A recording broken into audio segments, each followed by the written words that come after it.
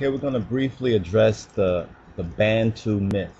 There's a Bantu mythology, and we're going to base this addressing of the subject matter to our brother Beizil 77 and other brothers and sisters who have also presented various questions on this matter of, are we, the lost sheep of the house of Israel, the Beit Israel over here in the West, are we really Bantu like many or certain Ethiopians and other Africans may assume?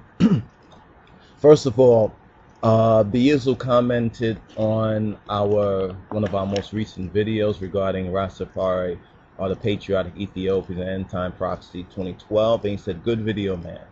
When I try to dialogue with some Ethiopians, they always want to tell me that I'm not Ethiopian. I'm Bantu, and there is no connection between me and them.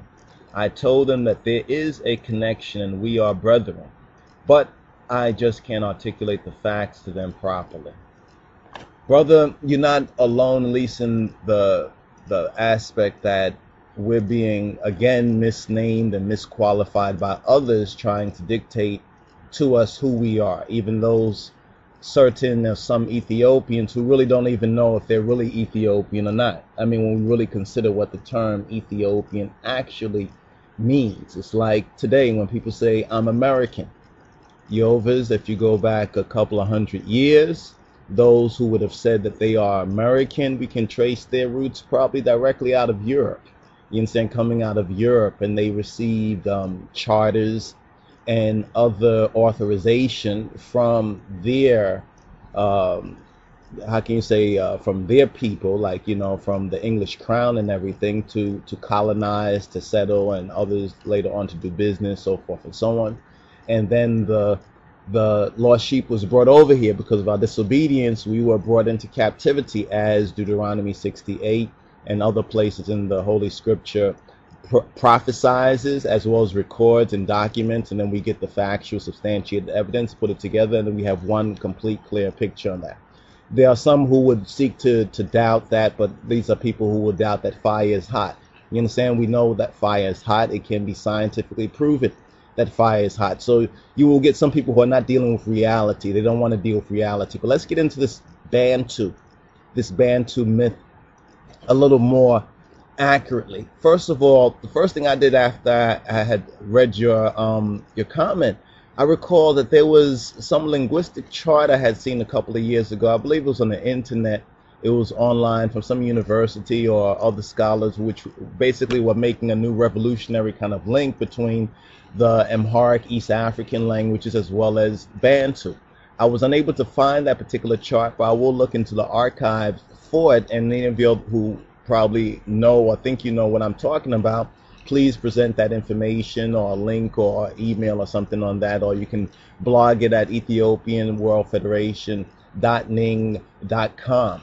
Now, the first thing I did, I said, you know what, let's just see what information is out there. So let's first try to deal with the facts that are already out there on Bantu and the possible Ethiopian connection. I mean, it's more than possible, but from the perspective of how the facts are being presented to us at this very time. The first thing I did was go to the internet, and, you know, Wikipedia comes up first, but it has a lot of references to other books and other documentation out there. You can go to Google Books and you can look it up a little bit more if you really want to go into, you know, reading actually what was written and, you know, finding more of this for yourself. But the first thing I found out was that this whole idea of Bantu is like so many other things that have caused so much confusion in this modern world, is a fairly recent terminology.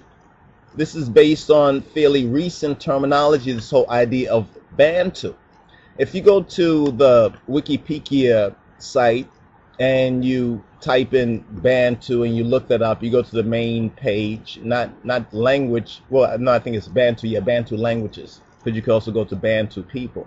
The first thing that I found out is that this whole terminology of Bantu, as it says right here, and this is interesting, it says the first paragraph, halfway into the first paragraph, says Bantu languages are spoken largely east and south of the present-day nation of Nigeria, i.e. in the regions commonly known as Central Africa, East Africa, and Southern Africa.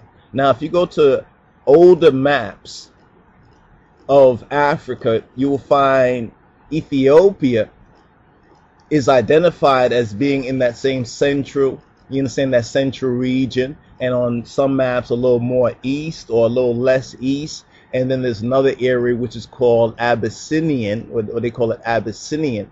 You understand? And a lot of these terminologies actually come from certain tribes, and we're going to try to articulate that a little bit more. But here it says that parts of this Bantu chunk of Africa also have languages from outside the Niger-Congo family. Now, these are terminologies that were coined in the 17 and the 18 and even in the 19th centuries. These are terminologies, recent terminologies that have been coined, and most people, Africans and others, we just gravitate to these terminologies and we don't really go through, you know, studying whether they are accurate or not, whether they are scientific or not. And this is what also, this is a point aside, but it's very much related, we think, when you think about what happened in Rwanda.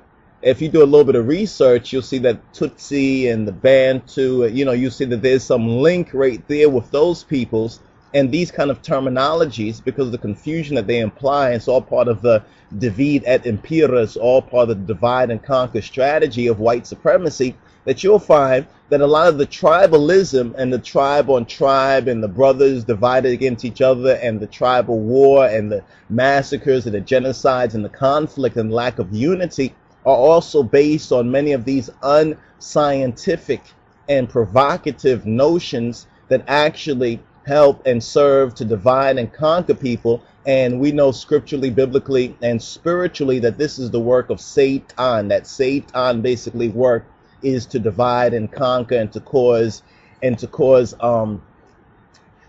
enmity between brothers and brethren. You understand?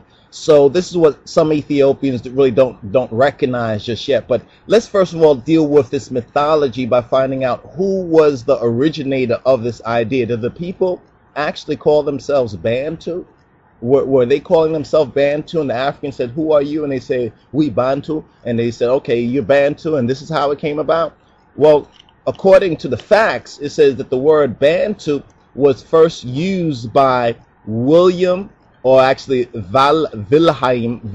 Heinrich Emanuel Bleek between 1827 to 1875. So the word Bantu was first used in what I guess they would call the 19th century or the 1800s with the meaning people. So the idea is people, as this is reflected in many of the languages of this group.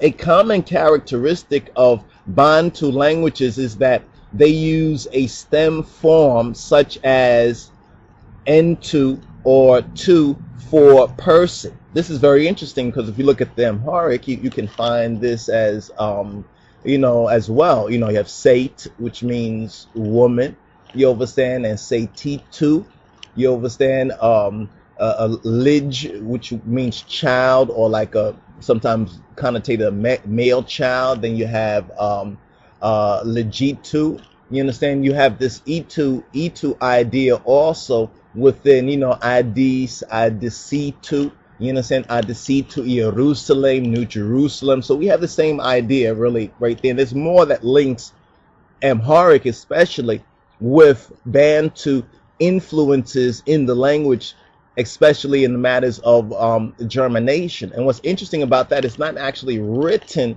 with the script, but it's how the script is pronounced. So it's not found so much in how it's written, but how an Ethiopian reader or speaker would pronounce certain words. They would pronounce certain words in a Bantu-like germination, which shows something even deeper. This is what we talk about when we say that Ethiopians hate themselves. Many of them, not all, but unfortunately many of them do. So this is more dealing with the rule right now than the exception. Many do hate themselves because they do not know themselves. A common characteristic of Bantu languages is that they use a stem form such as into or to for person, and the plural prefix for people in many languages is ba, they say, together giving Bantu people. Now, Bleek and later Karl Meinhof pursued extensive comparative studies of Bantu language grammars. Now, if you continue on እናንተ ለኔ እንደ ኢትዮጵያ ልጆች አይደላችሁምን ይላል እግዚአብሔር።